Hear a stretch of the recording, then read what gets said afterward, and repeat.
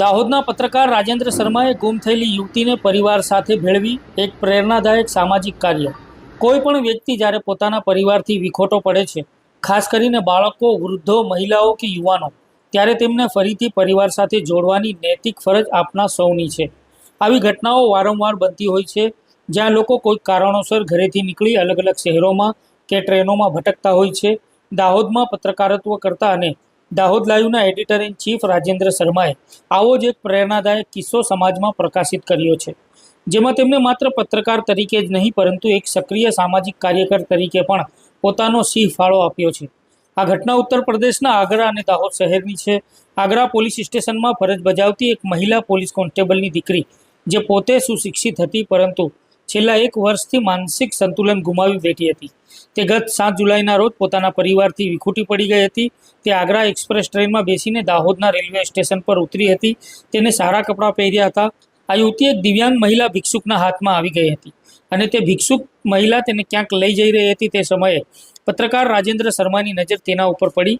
તેમને શંકા ગઈ અને તેમને તાત્કાલિક સામાજિક કાર્યની જવાબદારી નિભાવતા તે યુવતીને ભિક્ષુકના કબજામાંથી છોડાવી હતી અને તરત જ પત્રકાર રાજેન્દ્ર શર્માએ અભયમ મહિલા પોલીસને જાણ કરી અને યુવતીને સખી વન સ્ટોપ સેન્ટર ખાતે રાખવામાં આવી હતી।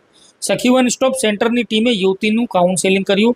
કાઉન્સેલિંગ દરમિયાન યુવતીએ પોતાના પરિવારનો મોબાઈલ નંબર આપ્યો, જેના આધારે તેના પરિવારનો સંપર્ક કરવામાં આવ્યો। પરિવાર દાહોદ આવ્યો અને પોતાની દીકરીને હેમખેમ જોઈને ખુશખુશાલ થઈ ગયો। ત્યારબાદ તેઓ દાહોદથી આગ્રા જવા માટે રવાના થયા હતા। આ ઘટના સમાજમાં એક ઉત્તમ ઉદાહરણ પૂરું પાડે છે। સારા કાર્યો કરવા એ આપણા ભારતીય સંસ્કૃતિનો એક ભાગ છે અને આવા સામાજિક કાર્યો એ આપણા સૌની ફરજ છે। જો તમને આવા કોઈ વિખૂટા પડેલા વ્યક્તિઓ નજર પડે તો તમે પોલીસનો, મહિલા પોલીસ ટીમનો, 181 અભિયમ હેલ્પલાઇનનો અથવા સી ટીમનો સંપર્ક કરીને આવા લોકોને તેમના પરિવાર સાથે મિલન કરાવવામાં મદદ કરી શકો છો। આ ઘટના રાજેન્દ્ર શર્માના માનવતાવાદી અભિગમ અને સમાજ પ્રત્યેની તેમની પ્રતિબદ્ધતા દર્શાવે છે। તેમનો આ પ્રયાસ ખરેખર પ્રશંસનીય છે।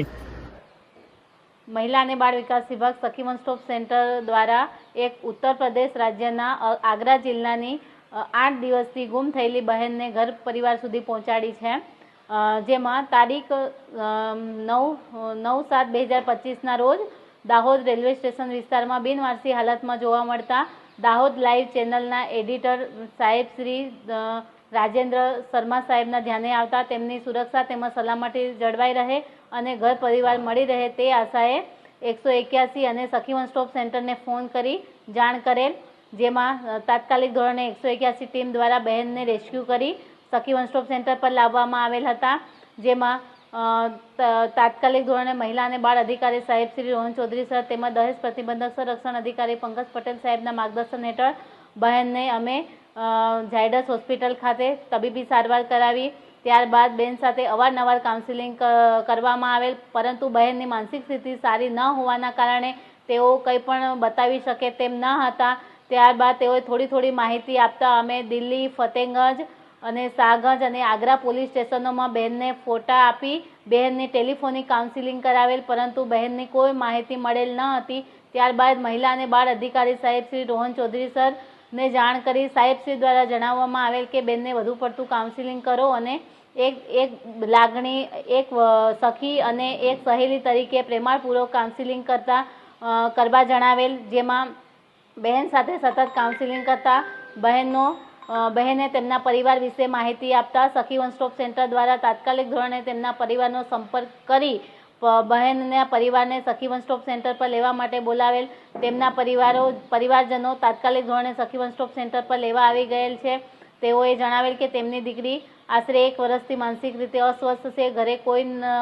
ઘરે કોઈ ના હતું તે સમયે ઘર છોડીને નીકળી ગઈ હતી। તેઓએ આજુબાજુના વિસ્તારોમાં તપાસ કરાવી પોલીસ સ્ટેશનમાં જાણ કરી પણ માહિતી ન મળતા 8 દિવસ પછી સખી વન સ્ટોપ સેન્ટર દાહોદથી ફોન જતા તેઓમાં ખુશીનો માહોલ છવાઈ ગયો હતો અને તેઓ ગણતરીના કલાકોમાં દાહોદ ખાતે લેવા આવી ગયેલ છે અને તેઓ તેમની દીકરીને સહી સલામત જોવીને ખુશીનો એમને પાર રહ્યો ન હતો અને તેઓએ સખી વન સ્ટોપ સેન્ટર અને દાહોદ લાઈવ ન્યૂઝ ચેનલનો આભાર વ્યક્ત કરી તેમની દીકરીને પરત ઘરે લઈ ગયેલ છે।